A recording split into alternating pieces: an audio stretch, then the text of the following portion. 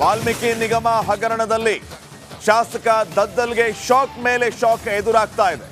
ಬರೋಬ್ಬರಿ 3ನೇ ನೋಟಿಸ್ ಅನ್ನ ಈಗ ಶಾಸಕ ದದ್ದಲ್ಗೆ SIT ನೀಡಿದೆ. ಮತ್ತೆ ವಿಚಾರಣೆಗೆ ಹಾಜರಾಗಬೇಕು ಅಂತ. ನಿನ್ನೆ ಅಷ್ಟೇ ವಿಚಾರಣೆಗೆ ಹಾಜರಾಗಿದ್ರು, ಈಗ ಮತ್ತೆ ವಿಚಾರಣೆಗೆ ಬರಬೇಕು ಅಂತ ನೋಟಿಸ್ ಅನ್ನ ಕೊಟ್ಟಿರೋ. ಸೋಮವಾರ ವಿಚಾರಣೆಗೆ ಹಾಜರಾಗುವಂತೆ ನೋಟಿಸ್ ಅನ್ನ ನೀಡಿದೆ SIT. ಈಗಾಗಲೇ 2 ಬಾರಿ ವಿಚಾರಣೆಯನ್ನ SIT ನಡೆಸಿದೆ. ಮತ್ತೊಮ್ಮೆ ನೋಟಿಸ್ ಕೊಟ್ಟಿರುವಂತದ್ದು SIT ಸೋಮವಾರ ವಿಚಾರಣೆಗೆ ಹಾಜರಾಗಬೇಕು ಅಂತ. ಈ ಕಡೆ SIT ಮೇಲಿಂದ ಮೇಲ್ ಶಾಕ್ ಕೊಡ್ತಾ ಇದ್ರೆ, ಆ ಕಡೆ ED ಕೂಡ ನಿರಂತರವಾಗಿ ಇವರ ನಿವಾಸದಲ್ಲಿಯೇ ಬೀಡು ಬಿಟ್ಟು ಪರಿಶೀಲನೆಯನ್ನ ನಡೆಸಿತ್ತು. ಯಾವ ಕ್ಷಣದಲ್ಲಿ ಬೇಕಾದರೂ ಇವರ ಬಂಧನ ಆಗುವ ಸಾಧ್ಯತೆ ಇದೆ EDಯಿಂದ. ಹೀಗಾಗಿ ED ಭಯದ ಭೀತಿ ಶಾಸಕ ದದ್ದಲ್ ಅನ್ನ ಕಾಡ್ತಾ ಇದೆ. ಅದರಲ್ಲೂ ಮಾಜಿ ಸಚಿವ ನಾಗೇಂದ್ರ ED ಲಾಕ್ ಆದ್ಮೇಲೆ ಇವರಿಗೆ ಟೆನ್ಷನ್ ಹೆಚ್ಚೇ ಆಗ್ತಾ ಇದೆ. ನಿನ್ನೆ ಸಂಜೆ ವಿಚಾರಣೆ ಮುಗಿಸಿ ಹೊರಡುವ ಮುನ್ನ ಮತ್ತೊಂದು ನೋಟಿಸ್ ಅನ್ನ SIT ಕೊಟ್ಟಿರೋದು ಶಾಸಕ ದದ್ದಲ್ಗೆ. ಈಗಾಗಲೇ 2 ಬಾರಿ ನೋಟಿಸ್ ಅನ್ನ ನೀಡಿ ವಿಚಾರಣೆಯನ್ನ SIT ನಡೆಸಿತ್ತು. ಸೋಮವಾರ 3ನೇ ಬಾರಿ ವಿಚಾರಣೆ ನಡೆಸುತ್ತೆ SIT. ಈವರೆಗಿನ ವಿಚಾರಣೆಯಲ್ಲಿ ತನಗೂ ಅವ್ಯವಹಾರಕ್ಕೂ ಯಾವುದೇ ರೀತಿಯ ಸಂಬಂಧ ಇಲ್ಲ ಅಂತಾನೆ ದದ್ದಲ್ ಹೇಳ್ತಾ ಇರೋದು. ತನ್ನ ಮಾಜಿ PA ಅತ್ತ ಬೊಟ್ಟು ಮಾಡ್ತಾ ಇದ್ದದ್ದು. ಈಗ ಮಾಜಿ PA ಪಂಪಣ್ಣ ಕೂಡ ಸಿಕ್ಕಾಗಿದೆ. ಮುಂದೆ ಏನು ಅನ್ನುವಂತಹ ಪ್ರಶ್ನೆ ಇದೆ. ಯಾವ ಕ್ಷಣದಲ್ಲಿ ಬೇಕಾದರೂ EDಯಿಂದ ದದ್ದಲ್ ಅರೆಸ್ಟ್ ಆಗುವ ಚಾನ್ಸಸ್ ಅಧಿಕವಾಗಿದೆ. ಹೀಗಾಗಿ ಬಂಧನದ ಭೀತಿ ಶಾಸಕ ದದ್ದಲ್ ಅನ್ನ ಕಾಡ್ತಾ ಇದೆ.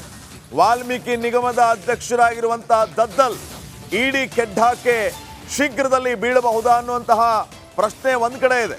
ಮತ್ತೊಂದು ಕಡೆ SIT ಕೂಡ ಸೋಮವಾರ ಮತ್ತೆ ವಿಚಾರಣೆಗೆ ಬನ್ನಿ ಅಂತ ನೋಟಿಸ್ ಅನ್ನ ಕೊಟ್ಟಿದೆ. ಮೊನ್ನೆ 1 ದಿನ ವಿಚಾರಣೆಯನ್ನ ಎದುರಿಸಿದ್ದ ದದ್ದಲ್ SIT ಇಂದ 2ನೇ ದಿನ ವಿಚಾರಣೆ ಎದುರಿಸ್ಕೋಬೇಕು ಅನ್ನೋಷ್ಟರಲ್ಲೇ ED ಅಧಿಕಾರಿಗಳು ಮನೆಗೆ ಬಂದ್ರು. ಇವರನ್ನ ಮನೆಯಲ್ಲೇ ಲಾಕ್ ಮಾಡಿಕೊಂಡು ಪರಿಶೀಲನೆ ಮಾಡೋದಕ್ಕೆ ಆರಂಭ ಮಾಡಿದ್ರು. ಹೀಗಾಗಿ SIT ವಿಚಾರಣೆಗೆ ಹೋಗೋದಕ್ಕಾಗಲಿಲ್ಲ. ಆದರೆ ನಿನ್ನೆ SIT ವಿಚಾರಣೆಗೆ ಹೋಗಿದ್ರು. ಈಗ ಮತ್ತೆ ಸೋಮವಾರ ವಿಚಾರಣೆಗೆ ಬನ್ನಿ ಅಂತ SIT ನೋಟಿಸ್ ಅನ್ನ ನೀಡಿದೆ.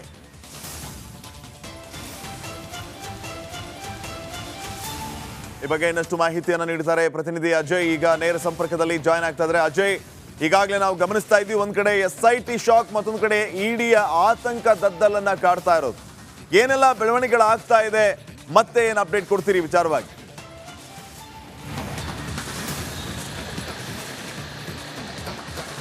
ಶ್ರೀಪಾದ್, ಈಗಾಗಲೇ ಏನು ದದ್ದಲ್ ಅವರನ್ನ ಹುಡುಕಾಟಕ್ಕೂ ಕೂಡ ಈಗಾಗಲೇ ಏನು ED ಅಧಿಕಾರಿಗಳು ಸಹ ಮುಂದಾಗಿರುವಂಥದ್ದು. ಅದೇ ಇತ್ತ SIT ಕೂಡ ನಿನ್ನೆ ವಿಚಾರಣೆ ನಡೆಸಿ ಈಗ ಮತ್ತೆ ಸೋಮವಾರ ಬರಬೇಕು ಅಂತ ಹೇಳಿ ಅವ್ರಿಗೂ ಕೂಡ ನೋಟಿಸನ್ನು ಕೂಡ ಸರ್ವ್ ಮಾಡಿ ಕಳಿಸಿರುವಂಥದ್ದು.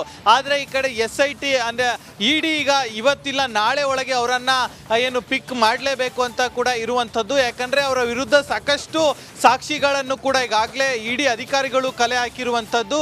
ಪ್ರಮುಖವಾಗಿ ಅವರ ಏನು PA ಇದ್ದಾರೆ ಪಂಪಣ್ಣ, ಅವರು ಕೂಡ ಇಲ್ಲಿ ಹಣ ಇಸ್ಕೊಂಡಿದ್ದಾರೆ, ಕಮಿಷನ್ ಹಣವನ್ನು ಇಸ್ಕೊಂಡಿದ್ದಾರೆ ಅನ್ನೋ ಒಂದು ಆರೋಪ ಕೂಡ ಅವ್ರ ಮೇಲೆ ಇರುವಂಥದ್ದು.